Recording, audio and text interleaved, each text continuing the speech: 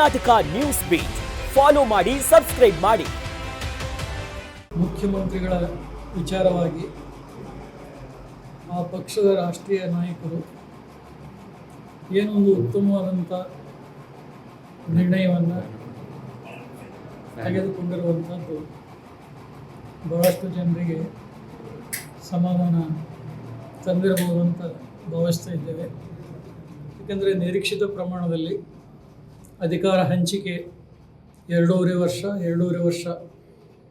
ಏನು ಪೂರ್ವದಲ್ಲಿ ನಿಗದಿಯಾಗಿತ್ತು, ಆ ನಿಗದಿ ಪ್ರಕಾರ ಇವತ್ತು ಸಿದ್ದರಾಮಯ್ಯನವರು ತ್ಯಾಗ ಮಾಡಿರುವಂಥದ್ದು ಮತ್ತು ಆ ಸ್ಥಾನಕ್ಕೆ ಡಿ.ಕೆ. ಶಿವಕುಮಾರ್ ಅವರನ್ನು ಹೈಕಮಾಂಡ್ ಆಯ್ಕೆ ಮಾಡಿರುವಂಥದ್ದು ಸಮಂಜಸವಾಗಿದೆ. ಯಾರೇ ಆಡಳಿತ ಮಾಡಿದರೂ ಸರ್ವ ಜನಾಂಗದ ಒಳಿತಿಗಾಗಿ ಮತ್ತು ಎಲ್ಲ ಜಾತಿ ಮತ ಪಂಥದವರನ್ನು ಒಳ್ಳೆಯ ದೃಷ್ಟಿಯಿಂದ ಕಂಡು ಬೆಳೆಸುವಂಥ ಕೆಲಸ ಮಾಡಬೇಕು ಅಂತೇಳಿ ಅಪೇಕ್ಷೆ ಪಡ್ತೇವೆ. ತಾವು ಕೊಲ್ಲಾಪುರದಲ್ಲಿ ಆಗಬೇಕು ಅಂತ ನಾವು ರಾಮನಗರ ಜಿಲ್ಲೆಯಲ್ಲಿ ಹೋದಾಗ ಅವರು ಇಲ್ಲಿ ಬಂದಾಗ ನಾವು ಈ ಮಾತು ಹೇಳಿದ್ವಿ. ಅದೀಗ ಅದು ಸತ್ಯವಾಗಿ ಪರಿಣಮಿಸಿದೆ.